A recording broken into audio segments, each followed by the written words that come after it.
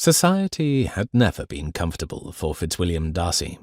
Though he had often told others that he had difficulty catching the tone of conversation, of appearing interested in their concerns, the truth was that his opinion of society was poor, and he had little appetite for being agreeable to those he did not even like. The season was, Darcy thought, a time for London society to gather and attempt to outdo one another with opulent parties and decadent balls, where propriety was often shunted aside in favour of hedonistic pleasures. Though such behaviour was not confined to the highest circles, and he knew to paint all with the same brush was incorrect, it often seemed like those of high society were more prone to it. It was little wonder in his mind that the peasantry of France had tired of the aristocratic excesses and had risen up against them. At times, Darcy wondered why that particular cancer had not spread to England and other countries. This harsh opinion was often decried by his friends and family.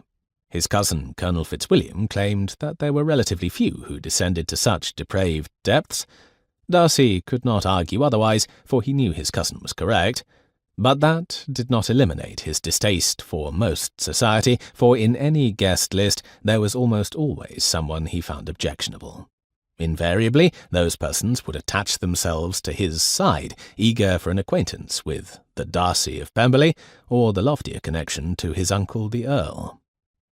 It was in the company of good friends and acquaintances where Darcy was able to feel most at ease, and if he could not get that, which was often, Darcy usually chose to attend those events which he knew were given by those of good character.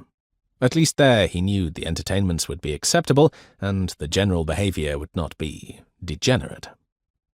On a night in February, still early in the season, Darcy was invited to a dinner given by an acquaintance of his friend, Charles Bingley.